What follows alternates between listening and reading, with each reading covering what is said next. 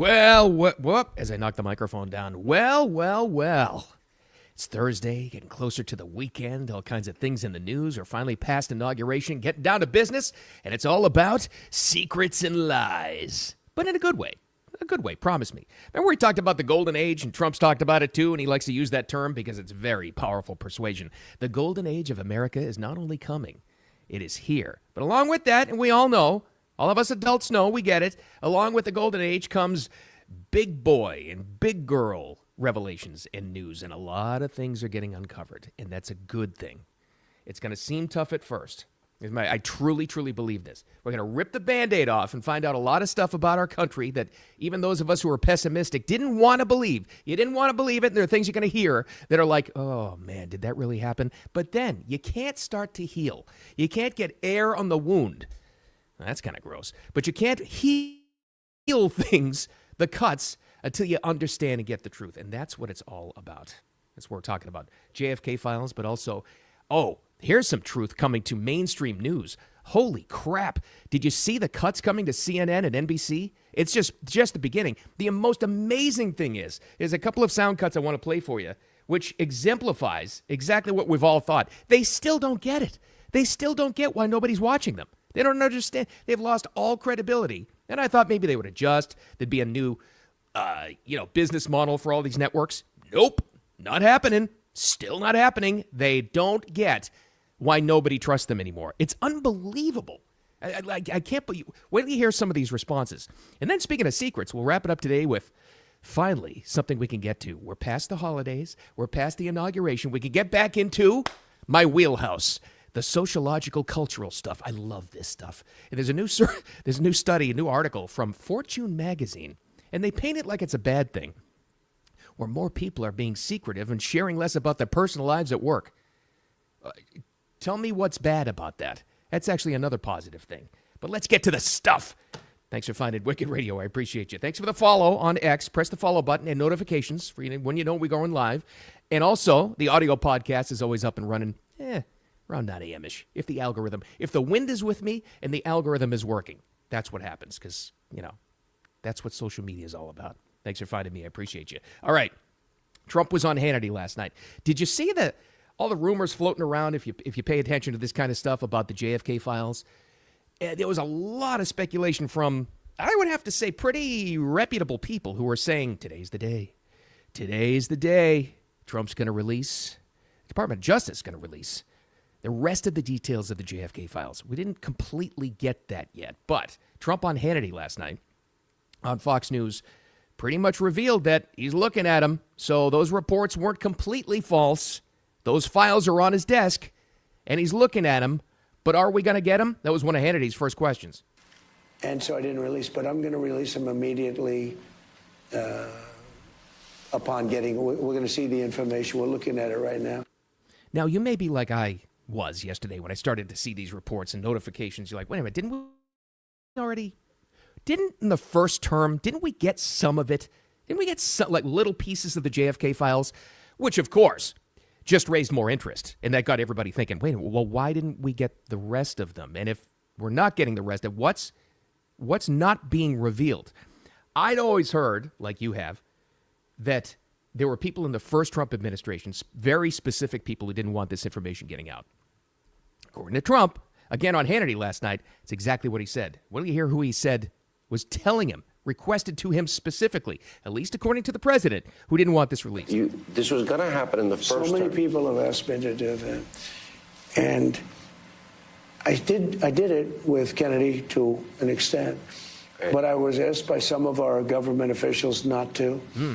And, you have to respect them.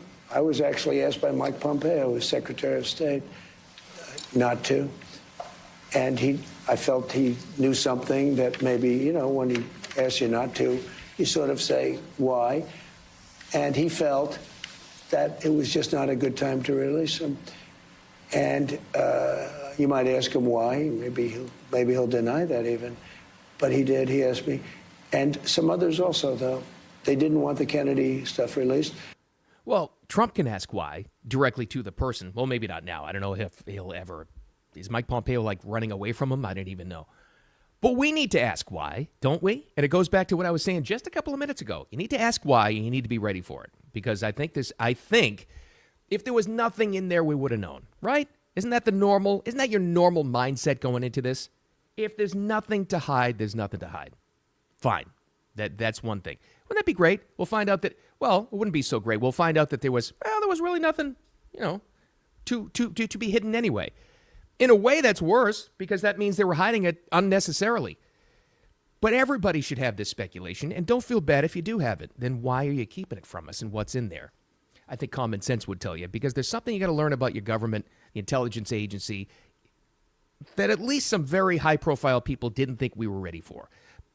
But we are ready for it. Again, this golden age, the resurgence, the renaissance of America, it's big boy and big girl news. You're just going to have to take it because you can't heal whatever we were going through before, whatever we survived before, the cuts that we went through without getting the truth. It's the first step to healing, and it's probably going to hurt for a little while. That's okay. That's totally okay. We're all adults. We can handle the information now. Stop keeping it from us. Oh, boy. How about the news? No, I don't mean what's in the news. How about the news industry? You want to talk about a segment of society or business, whatever it is, that a sector, let's say, of our culture that doesn't understand. You know that expression, people that don't get it, don't get that they don't get it? Perfect example is what's going on with mainstream news. So let me give you the headline, so make sure I get this correct, okay? Because it's coming, and this is really, truly just the beginning. So let's go to CNN's own reporting, and then the New York Times. The story's everywhere. Headline, CNN plans to lay off hundreds of employees, cut costs as NBC plots firings. Second headline, CNN layoffs bloodbath begins with hundreds on the chopping block. Oh, and that's not going to stop there. Trust me, that's only just beginning.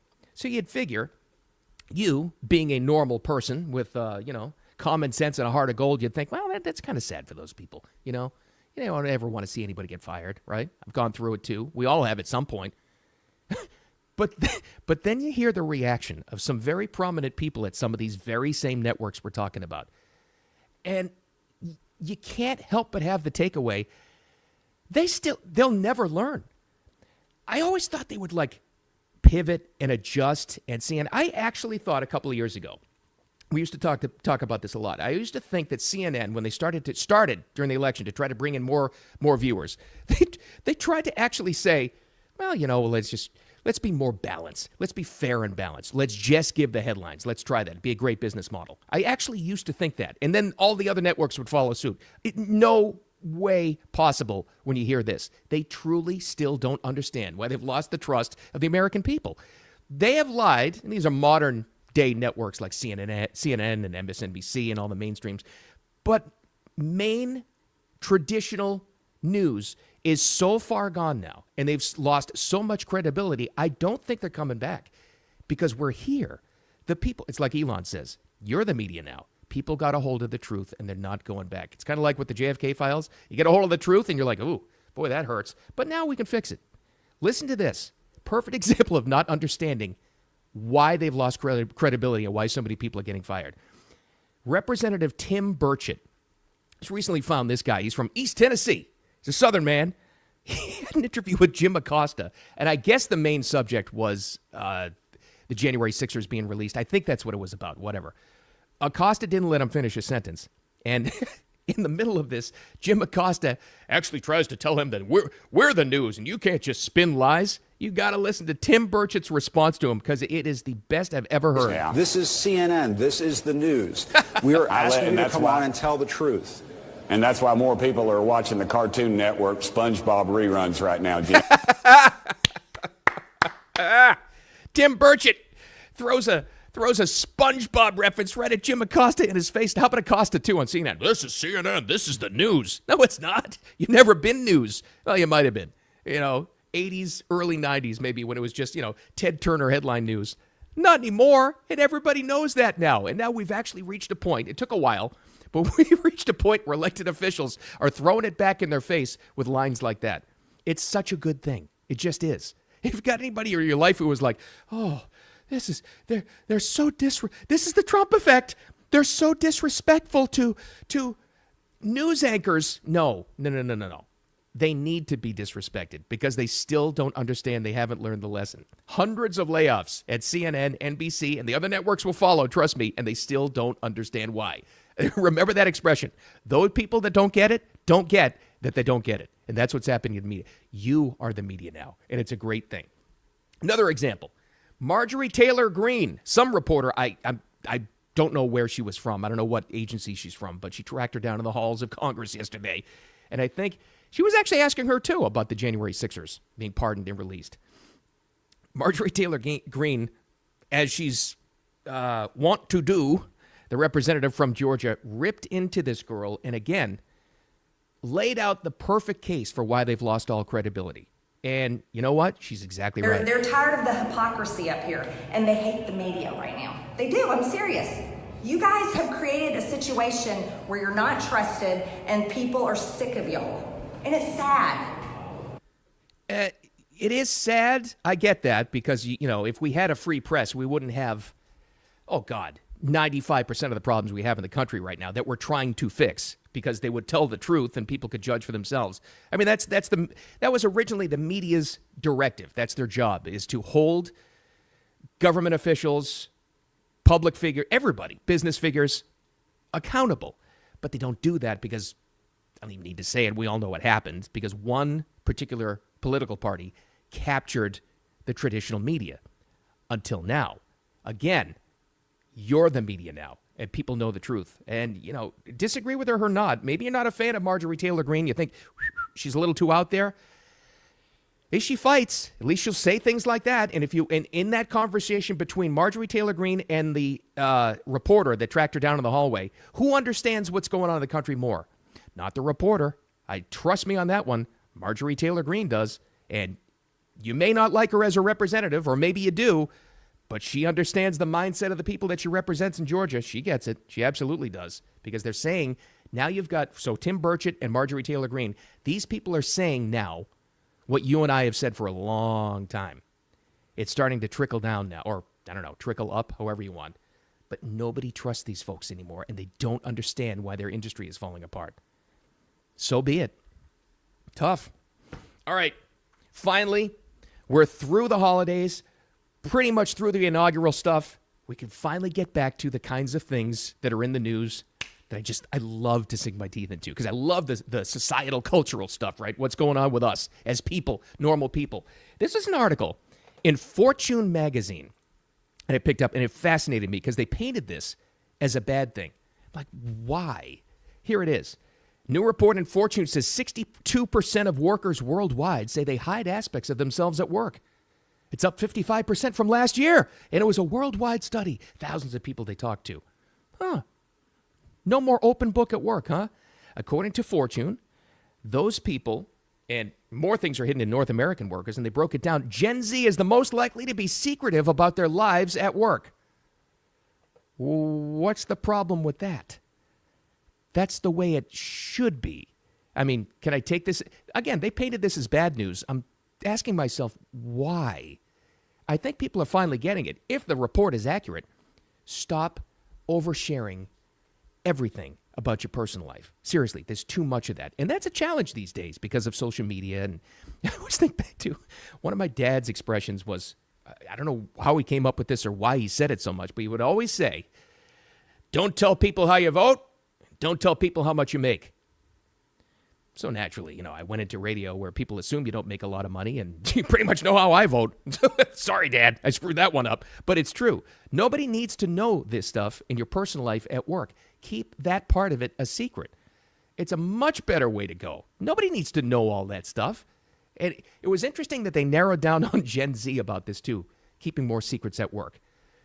I think these kids are so attuned or are so good at social media, they understand that oversharing too much stuff is really detrimental in the workplace. And they're finally understanding that. And nobody needs to know it anyway.